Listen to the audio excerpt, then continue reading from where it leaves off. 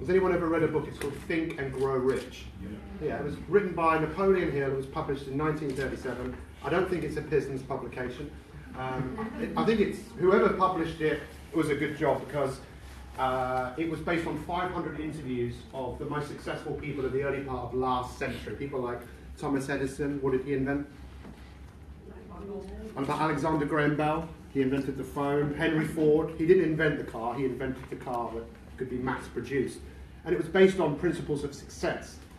And there are 17 principles. And what's great about Mandie is that she applies all of those principles. She's also someone who has read this book, but not read it once. It's a book she's read twice, which is more than once, more than twice, a few times. But there's a few principles that exist in this book that are so powerful that if you apply them to your life will change beyond anything you could possibly imagine. We live in a world today where, unfortunately, people still got their head around, what can I take from you?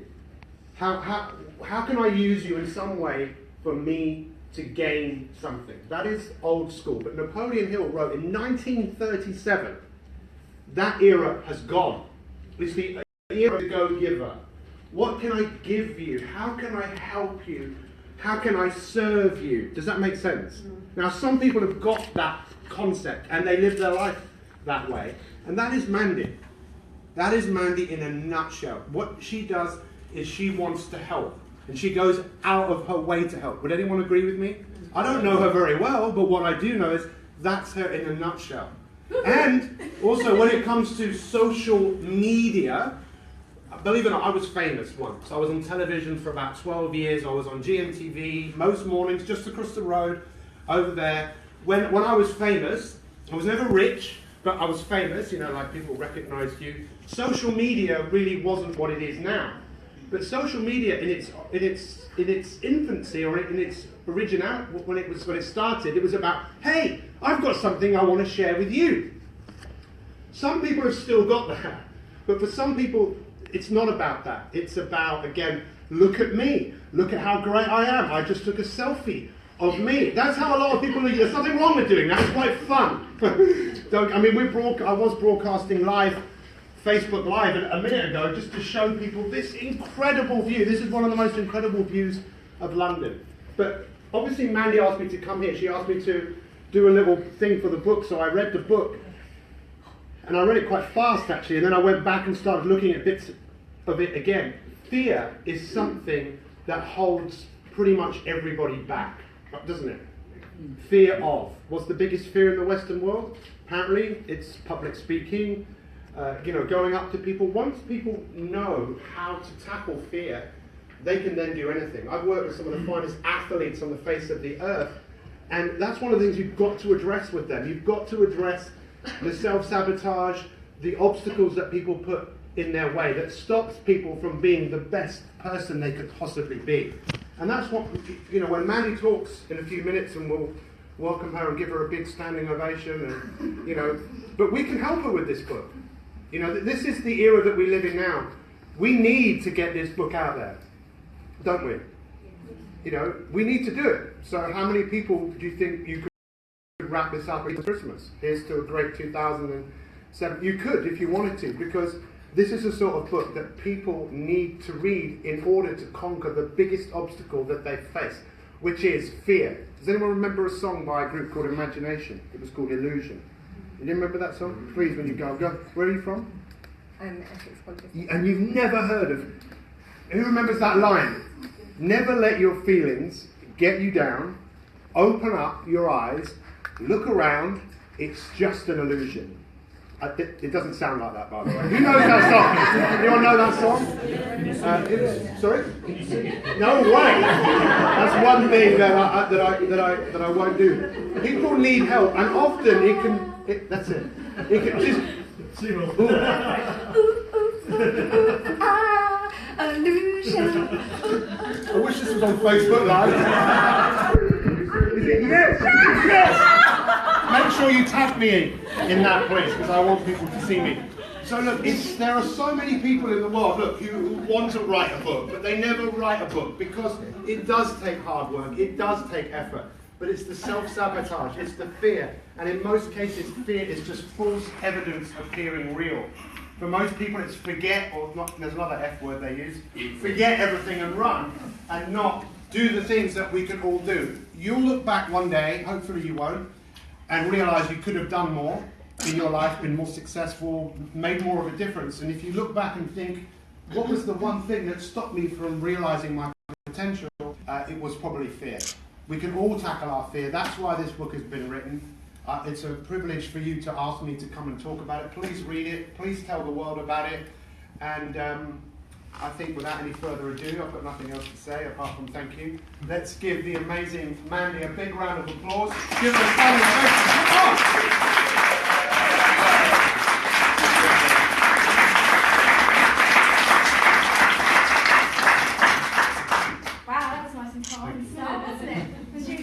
Corporate and calm. Yes? Yes? No. There's a few here that know me, so they know. The rest are thinking, can we sneak out? Can we sneak out? Okay, so thank you very much, Pete. That was greatly appreciated. I have been helping people to change their lives very quickly, very effectively for many years. And so when I got the call from Pearson's saying, would you be interested in writing a book? I was I don't know about you, but have you got phone voices? The corporate voice, the phone voice. Oh, hello. Yes, you do. Come on, I know you've got telephone voices. I know you've got them. Years ago, I had my public speaking voice, and Colin knows I had this because he is an expert in presentations. And I used to try and do that. I used to try and stand still. I used to try and speak in a certain way, lowered my voice, so that I have that air that says, no, I'm the expert, so you have to listen to me because I know what I'm talking about. Didn't used to do any moving of my hands because then you get taken seriously. And I've got lots of interesting slides for us to look at. That's how I used to do it, because that's what I'd heard the experts do. But then I realised that I'm a complete nutter and I cannot stand still because I have an absolute passion for people's success. And so photographers have given up getting a picture of me with my gosh up. Sheer fluke! Doesn't happen. But I realised, and Colin and other experts have made me realise, that you have to be your natural style. And I let my natural style come out, and I talk about that in the book. So on this occasion, I was doing the corporate voice on the telephone. Have you ever considered writing a book? Oh, yes, that would be quite exciting. However, a lot of people that do know me, they will know that, well, an amazing international speaker once described me as Tigger on Red Bull, powered by Duracell. So, although the corporate voice was on, the body was doing the fall on. So you've ever considered writing a book? Oh yes, that would be quite exciting! So we've looked online about you, and you've been involved in helping people succeed. Yes, that's right. And you are a blogger, and you help people achieve more success. Yes, I do. So I was slightly excited by this prospect. So it's really exciting to be in a room with you people, and instead of just helping on a one-to-one and online, this book can go anywhere in the world and help people achieve. And I'm so chuffed that we can be doing this together. This book is made up with some of the biggest fears that I see impacting people's success. Now I know there are some incredibly successful people in this room. Incredibly successful people. And so some of you are looking at me like, fear? I have no fear. I am fearless. I can see your S's on your chest, your superheroes. I can practically see your capes flying in the wind. I am fearless. Trust me, we all have fears. Not all fears wake you up at 2 o'clock in the morning and go, rah, I'm here to scare you. Some fears are very subtle, but they are just as devastating to your success. So these are the chapters that I was made to narrow it down to. Finally, we did get there. These are the chapters in the book. As you will see, some of these are very much obvious triggers, okay? And that's really cool because some of them are about dealing with the mindset. Some of these, it's literally going to be a case that you'll be able to read the chapter, take action, and like that, your mindset will change. How cool is that? So you can walk into your bedroom, sit in bed and read a book, and then leave that room and have a different mindset. Can you see why I'm excited? Some of them you do need to have, you have to learn a few skill sets as well. And they're all in there too. But everything I give to people is fast, easy to learn, and lifelong skills. I don't want you to be in a situation where you want to achieve something big, be you my daughter's age or any other age, whatever you're looking to achieve in your life. I want you to have a skill there, a tool, a technique, an exercise that you can access instantly. So when that negative mindset slips in, when that fear kind of comes into the back of your mind and you're thinking negative things and you're starting to question yourself and can I achieve this? Oh God, maybe I shouldn't do this. I mean, is this the difficult thing? When those things start to happen, instead of having that negativity, you can instantly access one of those exercises and go straight back to the positive. You can instantly fight that fear. This is so exciting. So the book is written. Okay, Harry, you were right. You were right, Harry. Why has it jumped? Oh, you hate smart, clever clue. You were right, Harry. Did it? Why did you do it twice?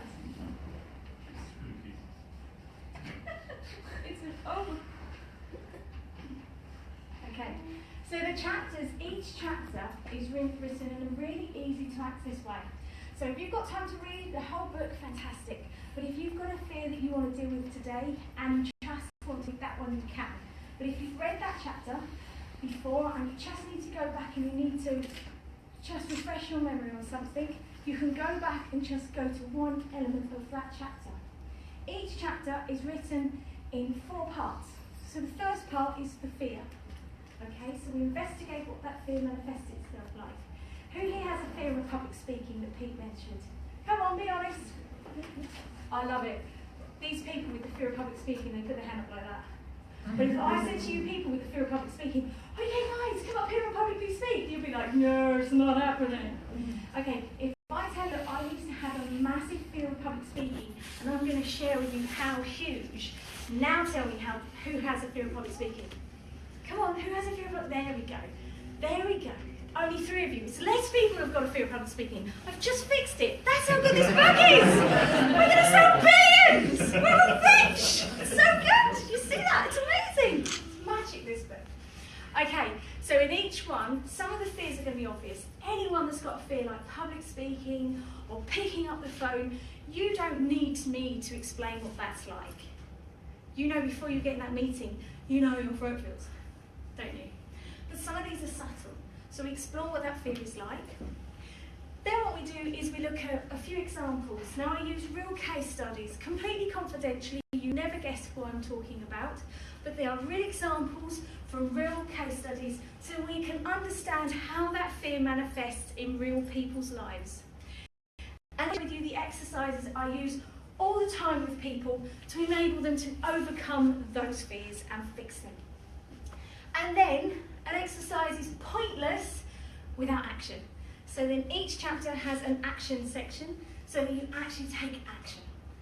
And then lastly, in each section we have R for results, where we actually look at the results you can expect to achieve, like my clients, if you do the exercises and the action. And because I'm mean, and I am mean, and my clients will tell you I'm big butt, I set homework, and I'm horrible, and I really bring up the assumptions that you're making, all that stuff you do, we actually look at the results you're likely to get if you don't deal with that fear.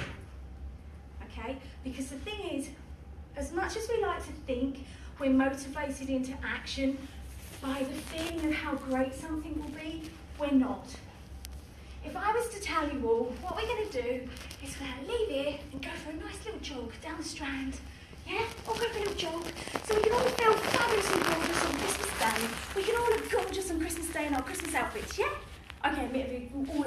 right now anyway, so we don't need to. But we're all going to go for a little run, just so we look gorgeous on Christmas Day. Yes? Let's do it. Maybe I get like 3 of you going for a run. Yeah? If I'm lucky. 4, 1. Actually, it's just down to 0. I'll just sit here and eat your cake and look at the view, isn't it? Really? Yes.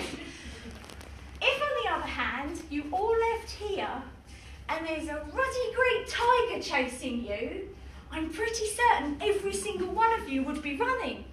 Wouldn't you? It would be, nah, it's all right, mate, I'm not going to run, I'm just going to stand here. Because we are motivated by fear.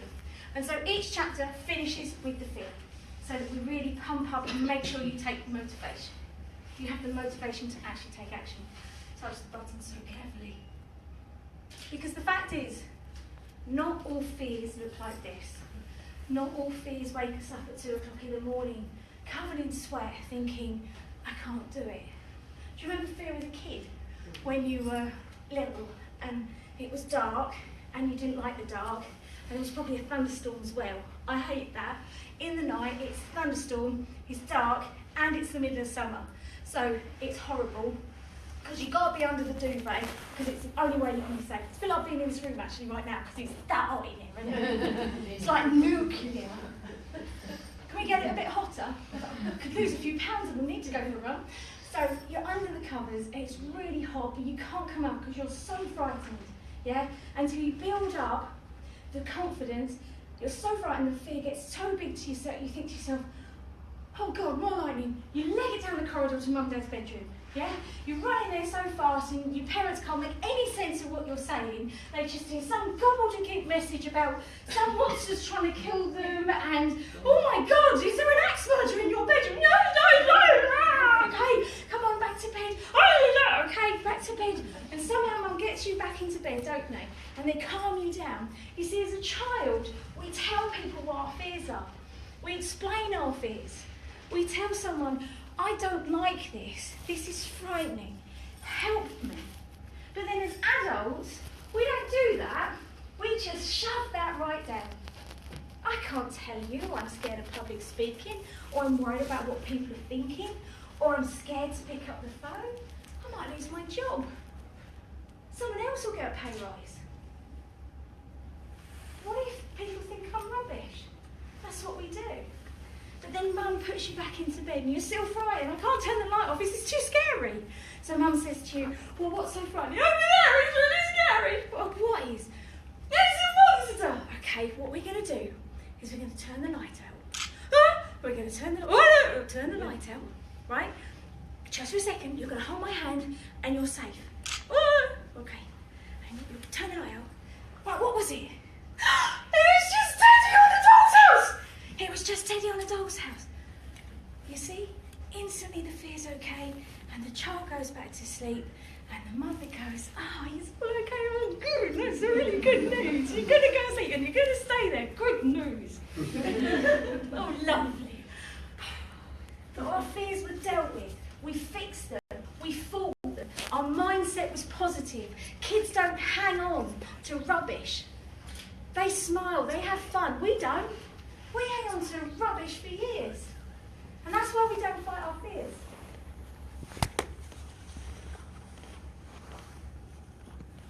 There are lots of tools in the book, and they all work fast and effectively.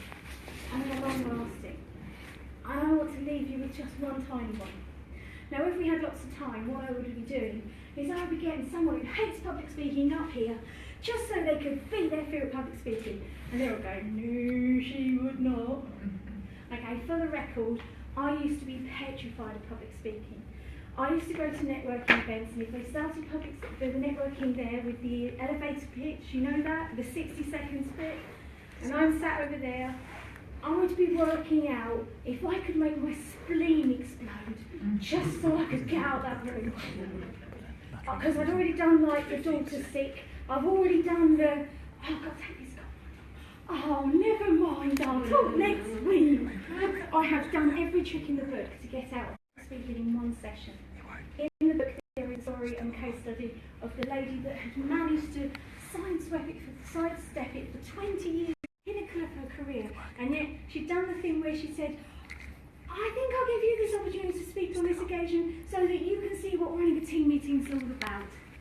And then she realised, how can I be a leader when I won't do these things? What am I saying? How is this impacting on my success and my team? What does this ripple out? So this is just this is one of those really small exercises in the book. There are some fantastic tools in here. For instance, the what if game. We always play the what if game in the negative. So you have automatic pathways going all the time. What if it goes wrong? What if they say no? What if they don't like it? What if it fails? So we play it with the opposite. Well, what if it's amazing? What if they love it? What if it really works? But we also play it to destruction.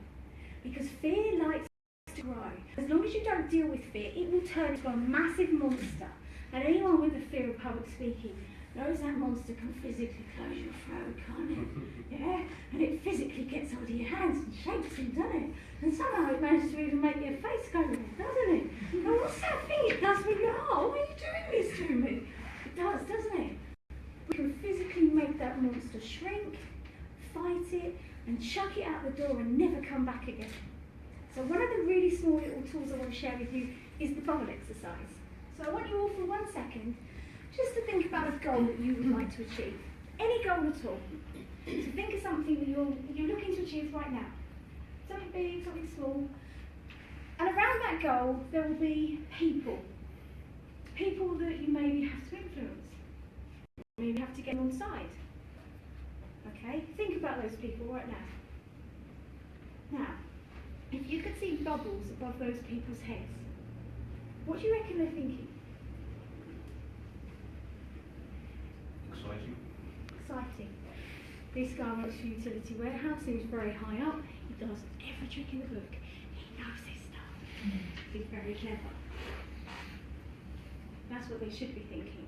But for the people with fears of public speaking, for the people that have fears around these things, what they will tend to, well, if I was to do this with the people with fears of public speaking and invited them all to come up, and I said to those people, what are you thinking about this audience right now that they think about you? They would tell me things like, I think they're wondering what I'm going to say, if it's going to be boring. I'm worried I'm going to forget what I'm going to say. I'm probably going to stutter. I'm probably going to forget my lines. I've got a spot on my nose. I think people are going to be looking at that. I think my nose is a bit greasy. I don't think I've polished my shoes properly. That's what they're thinking. That's what that person right at that moment is thinking about.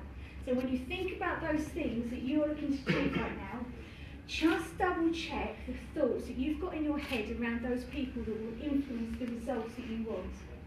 Now go and play the bubble game and be aware of what they're actually thinking. Because here I'm going to burst your bubble. None of us are that important in anybody else's mind. Gutting, isn't it? I thought we were all mega important in everyone else's heads. Everyone in London has got one person in their head, and it's themselves. And when you do that, fear just shrinks a little bit. This is one of the smallest exercises in the book. So it just shrinks a little bit. So instead of thinking all those things, someone with a fear of public speaking suddenly becomes aware that this guy over here is thinking, oh damn, I've only got 20% left on my phone. And this person's thinking, oh, do I better finish at 4 o'clock? I really want to get the 5 o'clock train. And that person's thinking, I love these shoes, but I really shouldn't have worn them. No one's thinking about you. A lot of people with fear of public speaking are thinking, I'm glad they're up there and I'm not. And it's that realisation that makes us laugh, and that in turn brings that fear down. So I hope I've helped you to see what this book is about. It is helping us break those fears down, because we have these automatic pathways that we launch all the time, whatever we're doing. We have these automatic pathways that we let rip, and they go instantly. And it's about stopping that pathway and saying, what am I allowing to happen here? What do I want to happen? What fears am I letting go on in my mind that are impacting on my success? And if I don't fix them, Maddie's going to come around and get me. Quite literally, Facebook Live, I really want to turn up at their houses and get them. So, everything I do, as Pete said, is not about me, it's about you. And so I really would love to know what actions you intend to take just from today. Consider what goals you've got in action right now. If you've got more than 5 actions, around the goals you intend, get rid of some. One of the things I talk about in the book is back burners. Okay, if you've got more than 5 actions on the go, it's highly unlikely you will get the results you want. You only should have 5 actions on the go at any one time. Put the rest on the back burner and you will find, miraculously, they seem to happen anyway. How is that? It's almost as if there's some kind of magic going on. Or ask the clever psychologist over here who knows all about it. No, yes, psychologist? Yes, psychologist, clever guy, down here. But seriously, it works. I've seen it in action with my clients for years. You put these things on the back burner, which we talk about in great detail in the book, so that you can understand that I want to achieve these things, but not now. These are my priority actions. Okay? So what actions are you going to take, and how are you going to ensure you take them? Remember the bubble exercise. Try it on the tube on the way home. Imagine what people are actually thinking. Try not to bring too much because people don't like that. It's not appreciated, apparently.